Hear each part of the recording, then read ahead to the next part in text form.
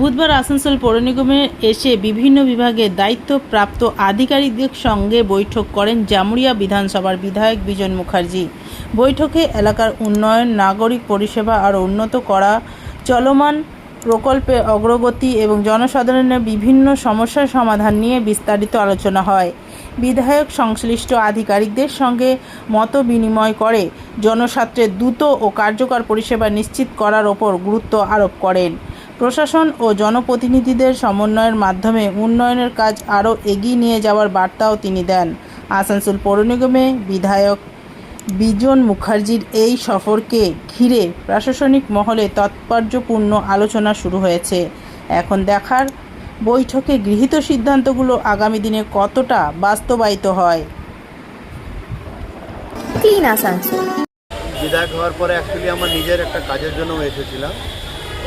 আজকে মানে আপনার ডিজিটাল বার্থ সার্টিফিকেটের জন্য আমার মেয়ে, প্লাস আমার মেন যেটা দরকার ছিল আমাদের সিরিজডাঙ্গার রাস্তা আমি পাচ্ছি না। তো সিরিজডাঙ্গার রাস্তার অবস্থা এতটাই ভয়ঙ্কর হয়ে আছে যে স্কুলের বাচ্চাগুলো যাচ্ছে, পড়ছে, এবং বোরিনডাঙ্গার রাস্তাটাও খুবই খারাপ হয়ে আছে।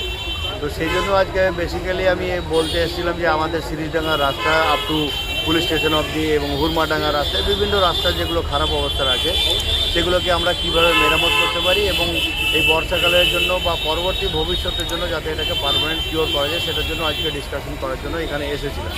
তো ওনাদের সঙ্গে আমার যেটা কথা হলো, ওনারা যত শীঘ্র সম্ভব ওনারা বললেন যে আমি এই রাস্তাটাকে যাতে ঠিক করা যায় আমরা দেখছি, এবং আমিও বললাম যে আমাদের দিকপুর গ্রামের রাস্তাও প্রচণ্ড খারাপ আছে, দিকপুরের রোডটা যে প্রচণ্ড ট্রাফিক গাড়ি যায় সেই রাস্তাগুলোকে কীভাবে করা যায়।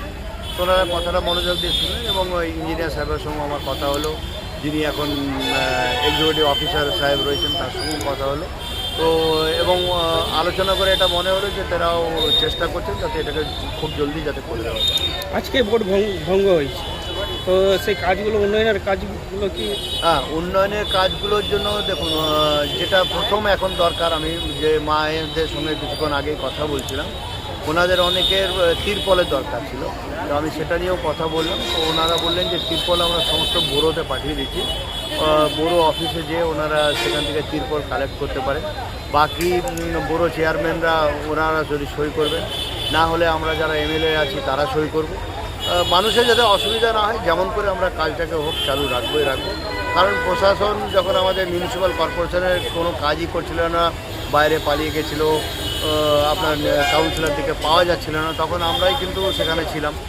পঞ্চায়েতরা আমরা যেমন প্রত্যেকটি পঞ্চায়েতকে আমরা অনুরোধ করেছি যে আপনারা নিজেরা কাজ করুন, এবং কিছুদিন আগে যখন আমার সঙ্গে পঞ্চায়েতদের নিয়ে মিটিং হলো, আমার জামুরিয়া অ্যাসেম্বলির কথা বলছি, তারা কিন্তু কাজে খুবই আগ্রহী এবং তারা কাজ করছে এবং তারা একটা জিনিস যে ডেভেলপমেন্ট হোক। আমি যখন তাদের সঙ্গে বসে কথা বললাম, তারা খুবই দেখলাম আনন্দের সঙ্গে বললে যে স্যার আমাদের সঙ্গে বিগত সরকার কখনো এরকম করে আলোচনা করেনি, আপনি আজকে আমাদের সঙ্গে যেটা আলোচনা করলেন, এবং আমরা সত্যি কথাই বলছি আমরা খুব খুশি যে ভারতীয় জনতা পার্টি আসাতে, এবং আমরাও চাইছি ভারতীয় জনতা পার্টির সঙ্গে মিলেমিশে কাজ করতে, যাতে আমরা অ্যাটলিস্ট জায়গার উন্নয়নে এই উন্নয়নের যোগ্যে যে সামিল হতে পারি এবং মানুষকে যাতে আমরা সুবিধা দিতে পারি।